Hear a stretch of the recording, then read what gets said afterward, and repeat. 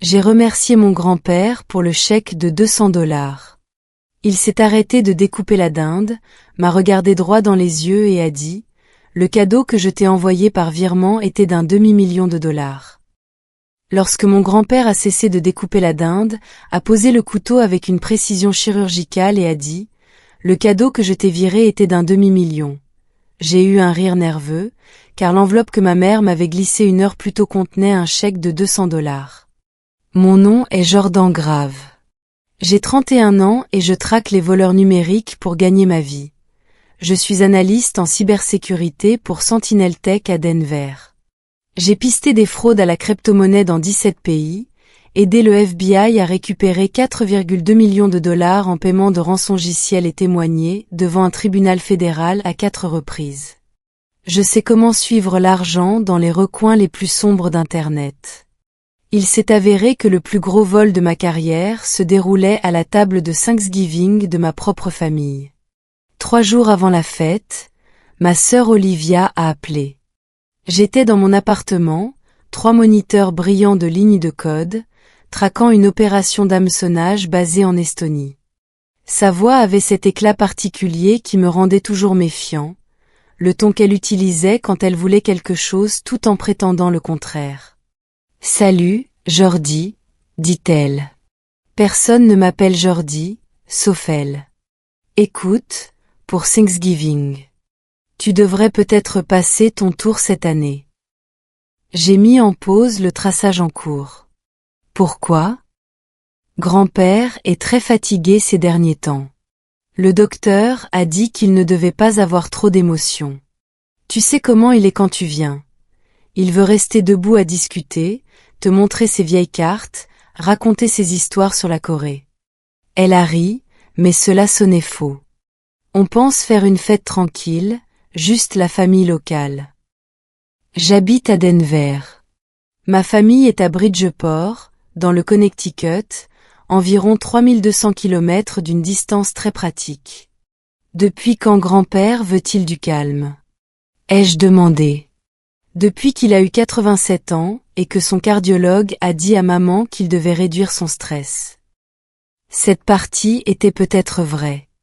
Grand-père, William Montgomery Grave, vétéran décoré et ingénieur civil à la retraite, était la seule personne de ma famille qui m'avait jamais vraiment écouté. Il déclinait, certes, mais me demandait de rater Thanksgiving? Cela ne collait pas. De plus, a continué Olivia, tu devrais probablement économiser l'argent du billet d'avion. Je sais que le consulting rapporte bien, mais ces vols depuis Denver ne sont pas donnés. C'était là. Olivia ne s'était jamais, en 33 ans, souciée de mes finances. Elle m'avait emprunté 3000 $ en 2019 pour une opportunité commerciale, qui s'était avérée être une arnaque pyramidale. Elle ne m'a jamais remboursé. Quand je lui en avais parlé 6 mois plus tard, elle m'avait dit que j'étais mesquin pour une histoire d'argent entre frères et sœurs. Je vais y réfléchir. Ai-je dit. Super. Je t'aime. Bisous. Elle a raccroché avant que je ne puisse répondre. Je suis resté assis un long moment à fixer mes écrans.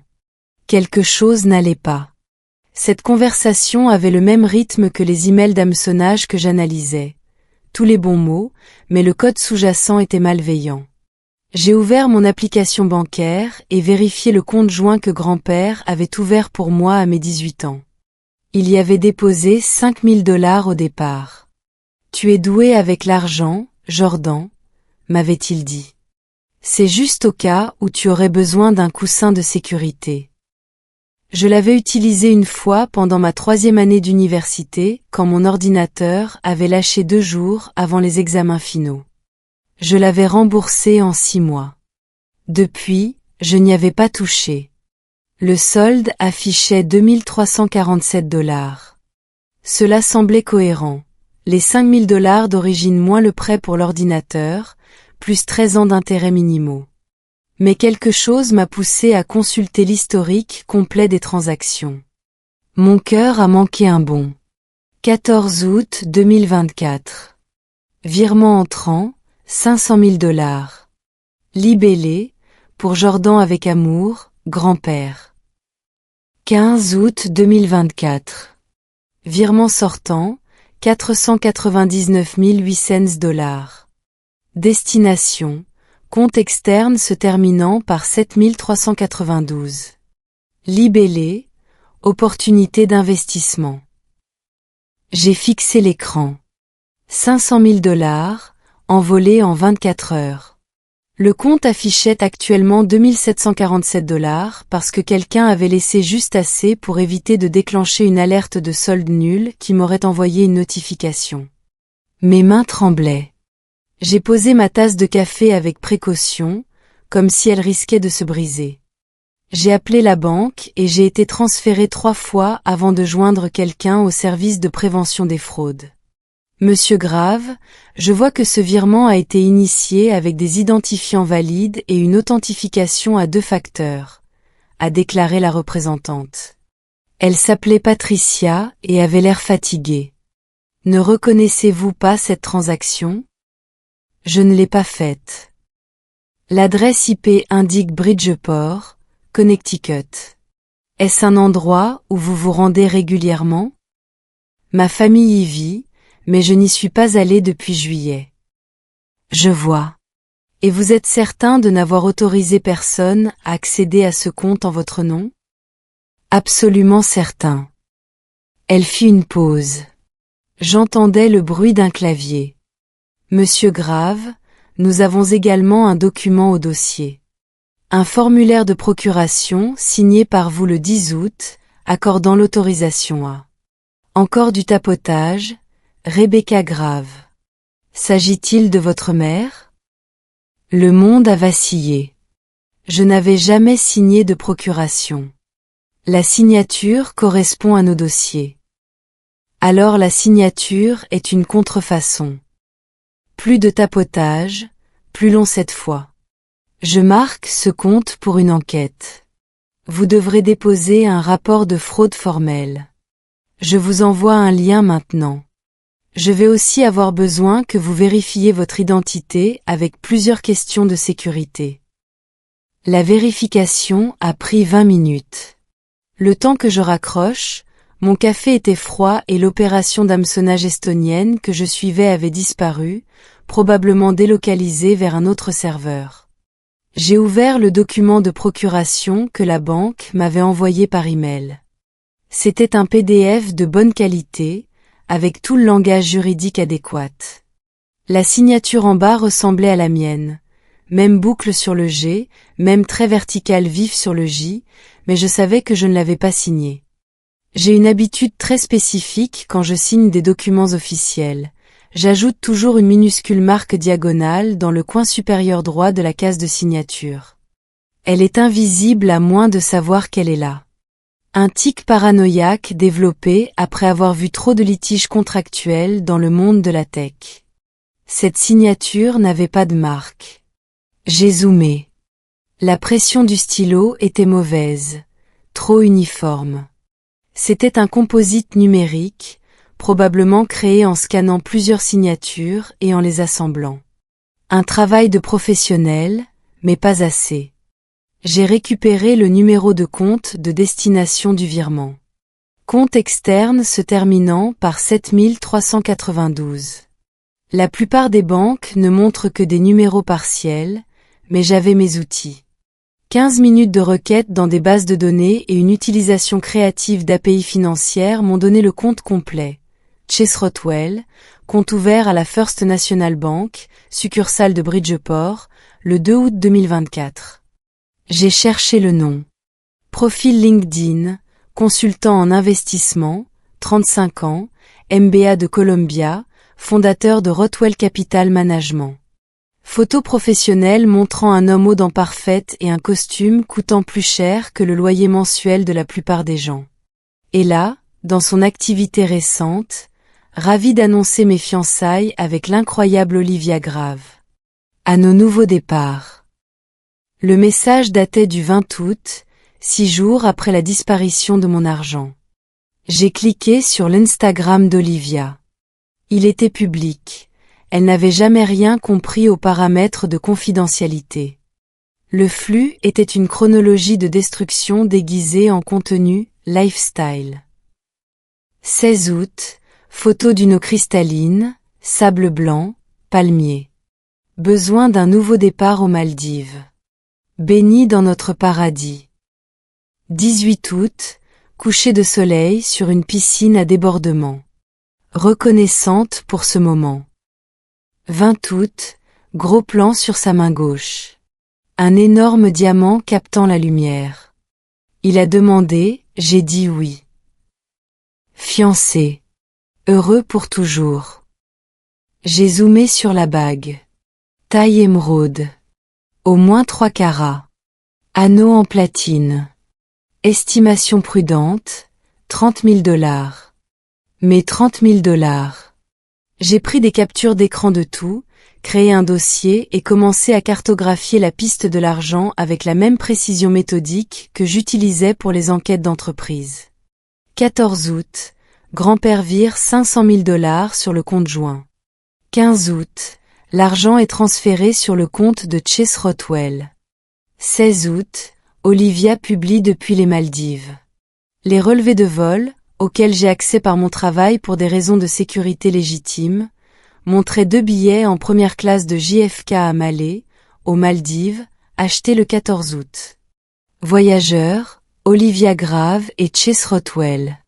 Coût, 18 400 $. 20 août, annonce des fiançailles. Bague achetée chez Cartier Manhattan.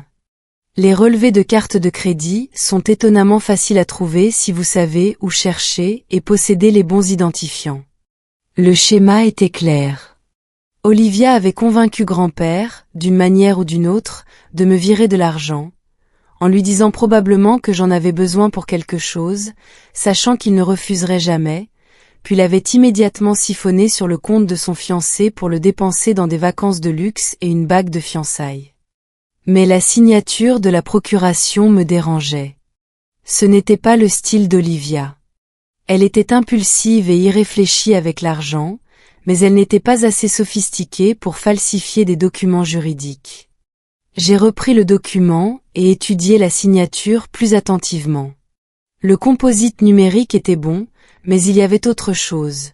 De minuscules incohérences dans la pression du trait et des variations microscopiques dans la densité de l'encre suggérant que cela avait été pratiqué. Quelqu'un avait décalqué ma signature plusieurs fois avant de créer la version finale. Je l'ai comparée à l'écriture de ma mère. Elle m'avait envoyé une carte d'anniversaire l'année dernière. Je l'avais gardée parce qu'elle s'était souvenue de la date, ce qui était assez rare pour être noté. Les majuscules correspondaient. La façon dont la barre descendante du G se courbait légèrement vers l'intérieur. L'angle spécifique de la barre sur le T. Ma mère avait forgé ma signature. Je me suis adossée à ma chaise. Par ma fenêtre, Denver s'étalait sous la lumière d'un après-midi de novembre. Le trafic sur I-25. Des gens vacants à leurs occupations, sans avoir la moindre idée que la mienne venait d'imploser. Mon téléphone a vibré. SMS d'Olivia. Alors, tu ne viens définitivement pas jeudi, n'est-ce pas? Je veux juste m'assurer que maman n'achète pas trop de nourriture. J'ai fixé le message pendant 1 minute entière. Puis j'ai tapé, en fait, j'ai changé d'avis. Je serai là. Sa réponse fut immédiate. Vraiment? Tu es sûr? Je croyais que tu avais dit que le boulot était dingue en ce moment. Je n'avais jamais dit ça. Le boulot peut attendre, ai-je tapé. La famille, c'est important. 3 points sont apparus, ont disparu, puis sont réapparus. D'accord, super. À jeudi. J'ai réservé un vol, emballé mon ordinateur et un projecteur portable que j'utilisais pour mes présentations professionnelles, et j'ai imprimé chaque preuve que j'avais rassemblée. Relevé bancaire, dossier de virement, la fausse procuration, capture d'écran de l'Instagram d'Olivia, reçu de carte de crédit et relevé de vol, 47 pages au total. Je les ai placés dans un porte-documents en cuir que grand-père m'avait offert à la fin de mes études. L'ironie ne m'échappait pas. Le mercredi, j'ai atterri à JFK, loué une voiture et conduit jusqu'à Bridgeport sous cette pluie froide qui donne l'impression que la fin du monde arrive en novembre dans le Connecticut. J'ai pris une chambre dans un Hampton Inn à 15 minutes de la maison de mes parents, et j'ai passé la soirée à préparer une présentation. Titre de la diapositive, opportunité d'investissement familial, une étude de cas sur la fraude par virement. Sous-titre, comment 500 000 $ sont devenus 200 $. J'ai répété le timing. 12 minutes pour la révélation complète, avec des pauses stratégiques pour un impact maximum. J'avais fait des présentations devant des conseils d'administration, témoigné au tribunal et expliqué des cybercrimes complexes à des jurys. Cela aurait dû être plus facile. Ça ne l'était pas. C'étaient les gens avec qui j'avais grandi. Ma sœur, qui m'avait appris à faire du vélo. Ma mère, qui m'avait conduit au club de robotique tous les samedis pendant 3 ans. Mon père, qui n'avait jamais été particulièrement présent, mais qui restait de la famille. Mais ils m'avaient volé, et pas seulement de l'argent. Ils avaient volé le cadeau de mon grand-père, sa confiance et son désir de m'aider.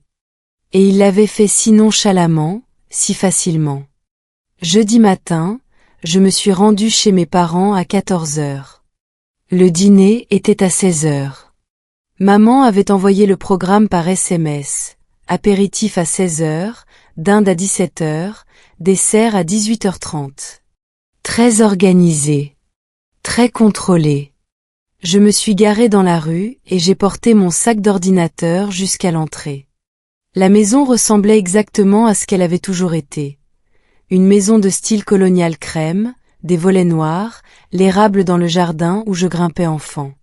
Normal. Innocent. Maman a ouvert la porte avant que je ne puisse frapper. Jordan, tu es là. Elle m'a serré dans ses bras d'une manière qui semblait répéter. Je suis tellement contente que tu aies finalement décidé de venir. Je n'aurais manqué ça pour rien au monde.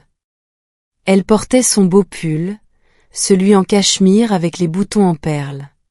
Elle était passée chez le coiffeur. Il y avait quelque chose de fragile dans son sourire. Olivia est dans la cuisine. Chase est là aussi. Je sais que tu ne l'as pas encore rencontré. Il est merveilleux. Tu vas l'adorer. Je l'ai suivi à l'intérieur. La maison sentait la dinde, la farce et la tarte. Grand-père était dans son fauteuil habituel près de la cheminée, lisant le journal avec ses lunettes de lecture posées sur le nez. Il a levé les yeux quand je suis entrée. Jordan. Tout son visage s'est éclairé. Voilà mon garçon. J'ai traversé la pièce et je l'ai embrassé avec précaution. Il semblait plus fragile que la dernière fois, les os plus saillants sous son gilet, mais sa poigne était toujours forte. Comment ça se passe à Denver? A-t-il demandé. Bien. Vraiment bien. Je travaille sur des cas intéressants. Je continue d'attraper les méchants.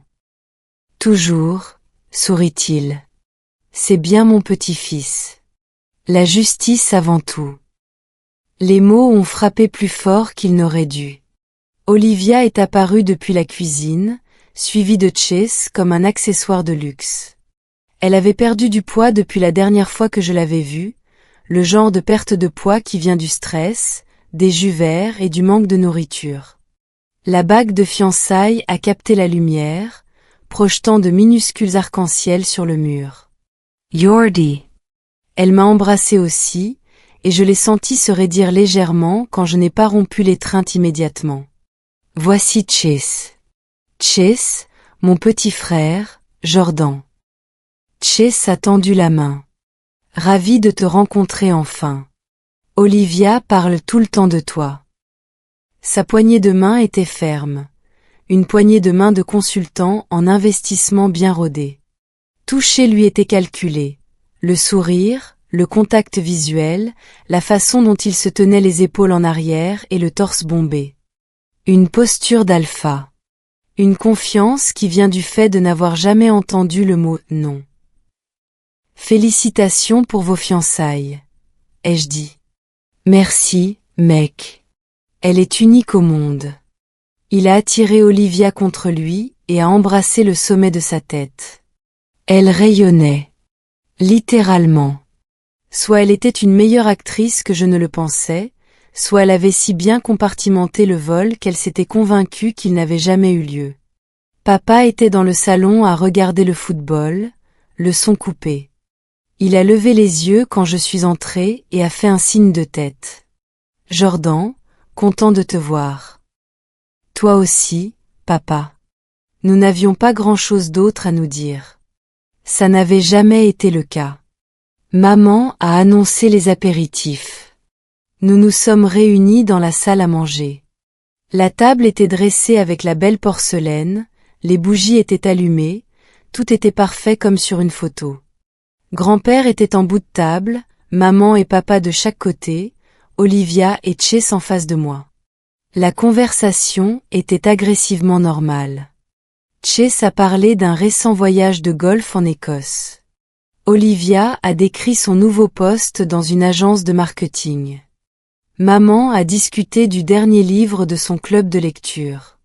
Papa est resté silencieux, buvant du vin plus vite qu'il n'était recommandé. J'ai attendu. Enfin, maman s'est levée. J'allais oublier. Jordan, ton grand-père voulait que je te donne quelque chose. Elle a disparu dans la cuisine et est revenue avec une enveloppe blanche, format lettre, mon nom écrit sur le devant de sa main.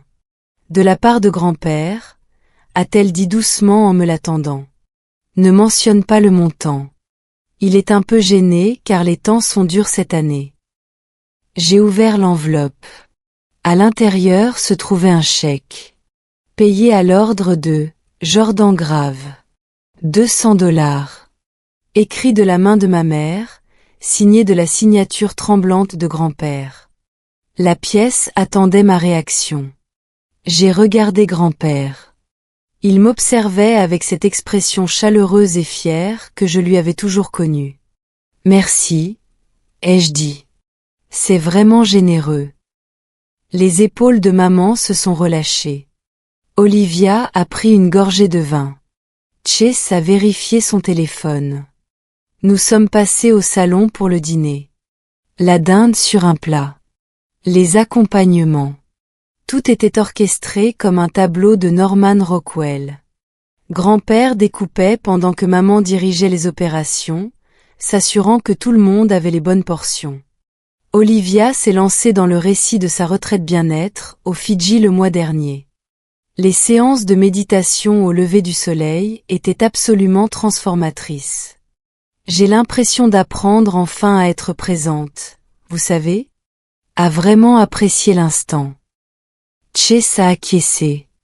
Elle est revenue complètement changée, plus centrée, plus elle-même. Je me suis demandé s'il savait que la retraite avait coûté 14 000 $ de mon argent. Probablement. Il avait l'air du genre de gars à vérifier les reçus. Maman a croisé mon regard. Jordan, tu devrais essayer quelque chose comme ça. Tout ce travail sur ordinateur. Tu as besoin d'apprendre à profiter de la vie. De déconnecter parfois. Je profite très bien de la vie, ai-je répondu. Ah bon? Tu travailles tout le temps. Tu es toujours si sérieux. La vie, ce n'est pas seulement poursuivre des criminels dans le cyberespace. L'ironie était extraordinaire. Papa s'est resservi du vin. 4e verre. Grand-père s'est levé, tapotant son verre d'eau avec une fourchette. Je voudrais porter un toast. Le silence s'est fait à table. Je suis un vieil homme, commença-t-il. J'ai vécu 87 ans, j'ai fait la guerre, j'ai construit des ponts qui tiennent toujours, j'ai élevé une famille. Mais l'une de mes plus grandes joies a été de voir mes petits-enfants devenir les personnes qu'ils devaient être.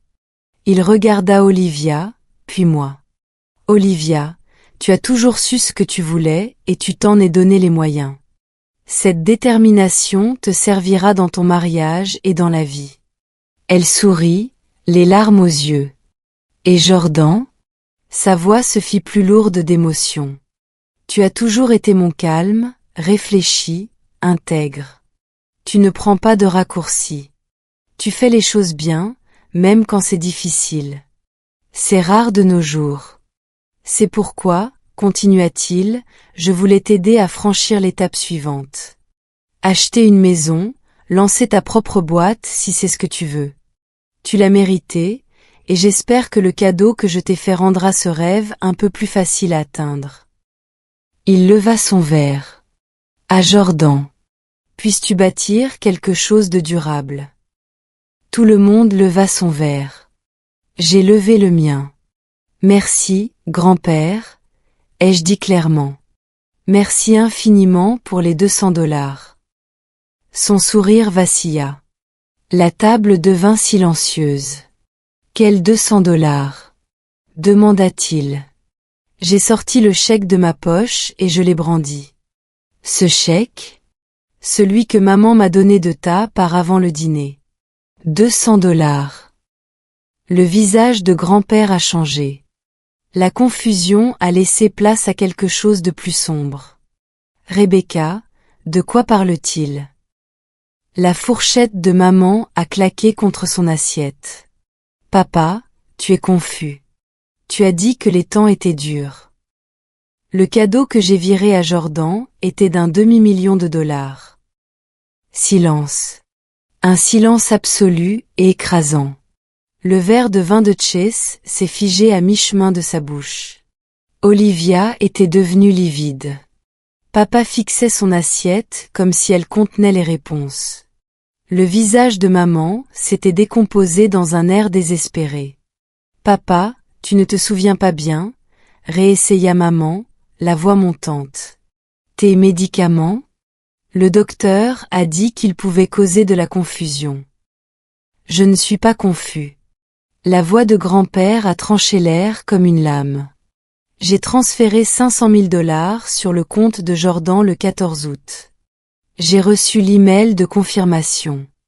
Je l'ai enregistré. Il a sorti son téléphone d'une main tremblante et a commencé à faire défiler l'écran. Maman s'est levée. Papa, s'il te plaît. Parlons-en en privé. Tu t'énerves. Montre-moi le compte, Jordan, dit grand-père, l'ignorant. Ouvre-le tout de suite. J'avais déjà mon ordinateur hors du sac. Je l'ai ouvert. L'écran brillait d'un bleu électrique dans la pièce éclairée à la bougie. J'ai affiché le relevé bancaire et tourné l'ordinateur pour que grand-père puisse voir. 14 août, virement entrant, $500 000. 15 août, virement sortant, $499 800. Solde actuel, $2347. Grand-père a fixé l'écran. Sa main est allée à sa poitrine. Pendant un horrible instant, j'ai cru qu'il faisait une crise cardiaque. Où est-ce passé? Chuchota-t-il. J'ai regardé Olivia. Elle pleurait maintenant, des larmes silencieuses coulant sur son visage, le mascara commençant à couler. Chase avait la main sur son épaule, mais il semblait prêt à s'enfuir. C'est ce que j'aimerais savoir aussi, grand-père, ai-je dit doucement. Maman était toujours debout, les mains crispées. C'est une affaire de famille. Nous en discuterons plus tard en privé. Non. J'ai ouvert le dossier sur mon bureau. On en discute tout de suite. J'ai sorti le projecteur portable, je l'ai posé sur la table, poussant la purée et la farce pour faire de la place, et je l'ai branché sur mon ordinateur. Le mur blanc derrière grand-père s'est éclairé avec ma première diapositive. Opportunité d'investissement familial, une étude de cas sur la fraude par virement. Le verre de vin de papa a glissé de sa main. Le vin rouge s'est répandu sur la nappe blanche comme du sang. Les gens ont commencé à se lever. Oncle Marc et tante Jennifer, qui étaient restés discrets dans un coin, ma cousine Stéphanie et son mari, la sœur de maman, Patricia, ils ont reculé lentement, puis plus vite. On devrait y aller, a murmuré tante Jennifer. C'est entre la famille proche. Ils sont partis, tout simplement. La porte d'entrée s'est ouverte et fermée 3 fois. Les moteurs de voiture ont démarré. Le temps que le tumulte s'apaise, nous n'étions plus que 6, grand-père, maman, papa, Olivia, Chase et moi. Je suis passé à la diapositive suivante. Les relevés de virements bancaires, agrandis pour être lisibles depuis le fond de la pièce. 14 août. Grand-père initie un virement de 500 000 $ comme cadeau pour moi. 15 août. Quelqu'un ayant accès au compte joint transfère 499 800 $ vers un compte externe appartenant à Chase Rothwell. Chase se figea. Diapositive suivante. Les publications Instagram d'Olivia, datées et horodatées. 16 août. Ma sœur publie depuis les Maldives.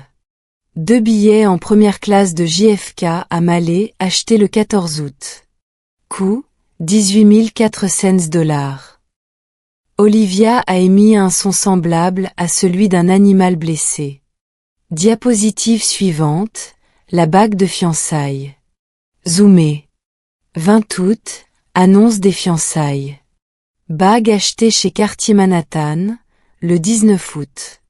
Coût, 32 750 $. Chase se leva. Je n'ai pas à rester ici pour écouter ça. Rassieds-toi, dit grand-père. Sa voix était calme, mais elle avait du poids. Chase se rassit.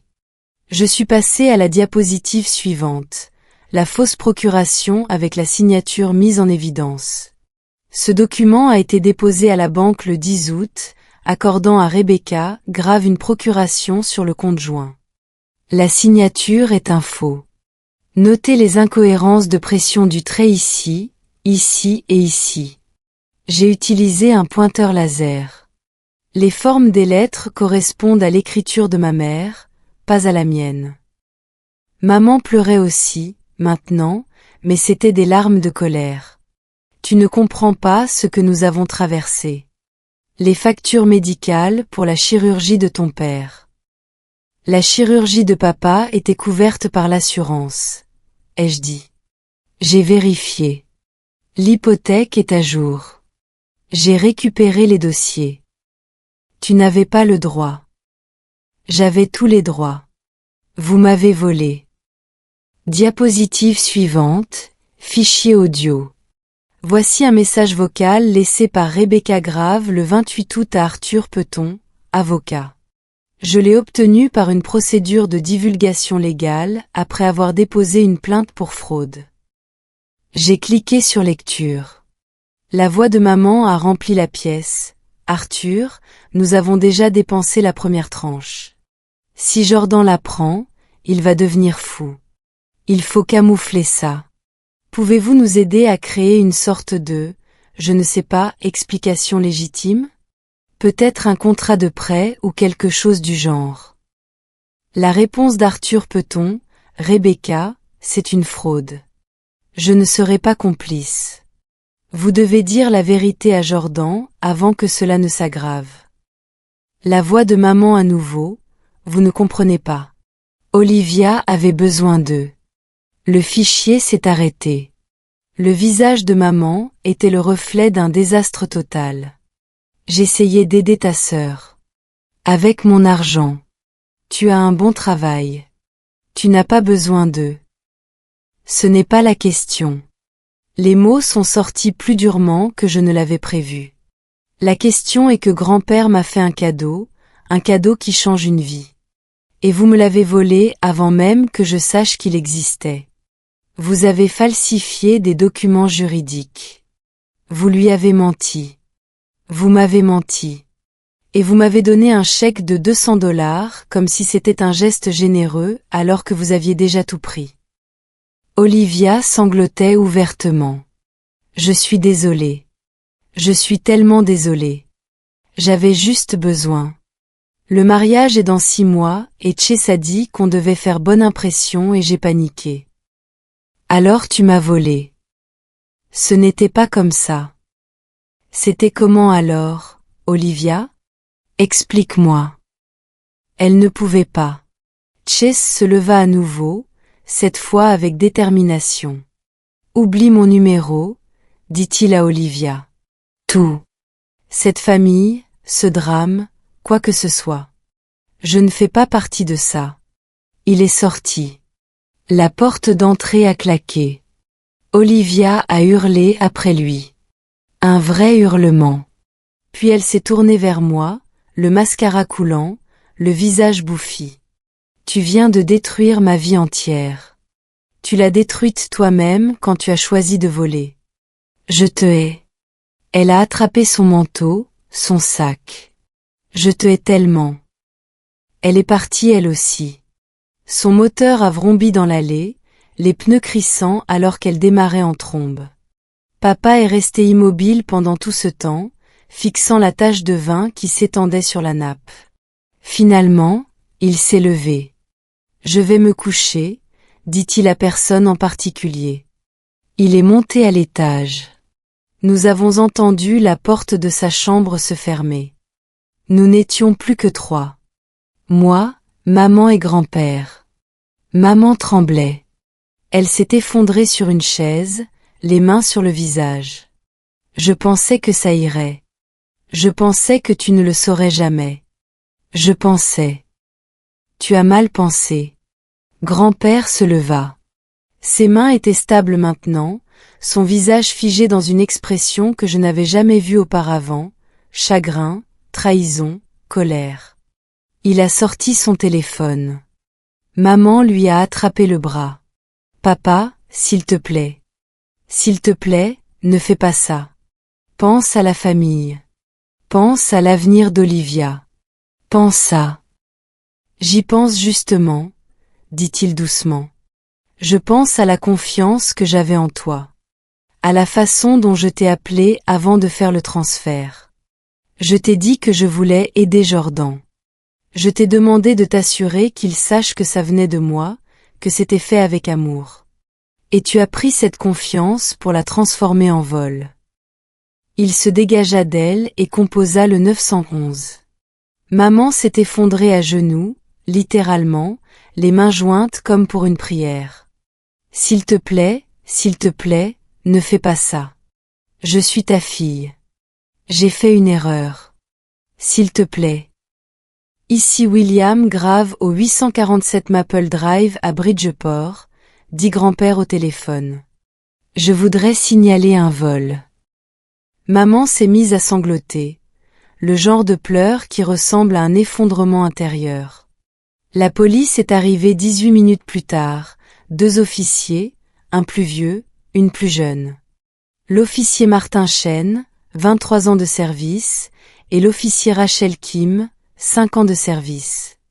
J'avais déjà préparé un dossier pour eux, toutes les preuves organisées chronologiquement. Ils se sont assis à la table de la salle à manger. La dinde était froide maintenant, les bougies n'étaient plus que des bouts de mèche, et ont tout passé en revue méthodiquement. Monsieur Grave, a dit l'officier Chen à mon grand-père, voulez-vous porter plainte? Oui. En êtes-vous certain? C'est votre fille. J'en suis certain. Il m'a regardé. Et vous, monsieur Grave? Jordan, voulez-vous donner suite? J'ai pensé aux cris d'Olivia, aux sanglots de maman, et à la façon dont papa était simplement parti. J'ai pensé au départ méprisant de Chase, aux fêtes ruinées et à la famille brisée, et à tous ces dîners de Thanksgiving qui n'auraient plus jamais lieu. Puis j'ai repensé au visage de grand-père quand il avait porté ce toast. La fierté, l'amour, la façon dont il avait économisé pendant des années pour pouvoir donner quelque chose de significatif à ses petits-enfants. Oui, ai-je dit. Je veux donner suite. L'officier qui m'a pris des notes. Nous aurons besoin que vous veniez tous les deux au poste demain pour déposer des rapports formels. Nous devrons également nous coordonner avec la banque et éventuellement le FBI, car cela implique une fraude par virement entre plusieurs États. Maman a levé les yeux, le visage bouffi et gonflé. Le FBI? La fraude par virement est un crime fédéral, madame. Elle a semblé se recroqueviller sur elle-même. Les officiers sont partis vers 23 heures. Maman s'était installée sur le canapé, roulée en boule comme une enfant. J'ai rangé mon projecteur, mon ordinateur et mes dossiers de preuves. Grand-père m'a accompagné à la porte. « Ça va ?» lui ai-je demandé. Il sourit tristement. « Hier soir, avant ton arrivée, ta mère m'a dit qu'elle t'avait remis mon chèque. Elle a dit que tu l'avais remercié. Que tu étais reconnaissant que les temps ne soient pas aussi durs que tu le craignais. Que les 200 $ allaient vraiment t'aider pour ton loyer. » La manipulation était à couper le souffle. Et je l'ai cru, a-t-il continué. Parce que pourquoi ne l'aurais-je pas fait? C'est ma fille. Je l'ai élevée. Je pensais la connaître. Je suis désolé, grand-père. Ne le sois pas. Tu as fait ce qu'il fallait. C'est son choix, elle devra vivre avec. Il a posé une main sur mon épaule. La même main qui m'avait appris à lasser mes chaussures, à lancer une ligne de pêche, à serrer les mains fermement et à regarder les gens dans les yeux. Quand tu m'as remercié pour les 200 $ pendant le dîner, dit-il doucement, j'ai failli laisser couler. J'ai failli me convaincre que j'étais confus, que ma mémoire me faisait défaut, et que peut-être je n'avais pas envoyé la somme totale, parce que c'était plus facile que de croire que ma propre fille ferait une chose pareille. Il fit une pause. Mais ensuite, j'ai regardé ton visage et j'ai su que tu me donnais la chance de voir la vérité. De voir vraiment ce qu'ils avaient fait. Tu m'as protégé, tu m'as évité de vivre le reste de ma vie comme leur pigeon. Ma gorge était serrée. Hier soir, tu m'as remercié pour 200 $, dit-il. Ce soir, tu as prouvé que tu valais plus que n'importe quelle somme que je pourrais jamais te virer. Je l'ai embrassé avec précaution parce qu'il était fragile et avait 87 ans, et parce que c'était la personne la plus forte que j'ai jamais connue. Je t'aime, grand-père. Je t'aime aussi, Jordan. Maintenant, rentre chez toi. Repose-toi. Je suis retourné à mon hôtel sous la pluie de novembre. J'ai vérifié mon téléphone à un feu rouge, 17 appels manqués d'Olivia, 6 de maman, 4 messages vocaux que je n'ai pas écoutés. J'ai bloqué leur numéro. Le lendemain matin, grand-père et moi sommes allés au département de police de Bridgeport, avons déposé des plaintes officielles et signé des déclarations. Le détective, Marcus Rivera, 11 ans dans les crimes financiers, nous a dit que l'affaire prendrait des mois à monter. Mais c'est solide, dit-il. Fraude à la procuration, fraude par virement, peut-être conspiration. Les preuves que vous avez compilées sont meilleures que la plupart de ce que nous voyons de la part d'enquêteurs professionnels. Je suis un enquêteur professionnel, ai-je répondu. C'est juste que d'habitude, c'est pour des entreprises, pas pour ma famille. Qu'est-ce que ça fait? A-t-il demandé. De poursuivre sa propre famille? J'y ai réfléchi. Comme si la justice était faite. Les retombées furent immédiates et totales. Dès le lundi, l'histoire avait fuité dans les médias locaux, probablement via le rapport de police, peut-être par l'un des parents témoins de la confrontation de Thanksgiving. Thanksgiving familial se termine par des accusations de vol, titrait le Bridgeport Courrier. L'employeur d'Olivia, une agence de marketing boutique qui se targuait d'une construction de marque éthique, l'a licenciée le mardi. Je le sais parce qu'elle m'a laissé un message vocal en hurlant à ce sujet. Je n'ai pas écouté la fin.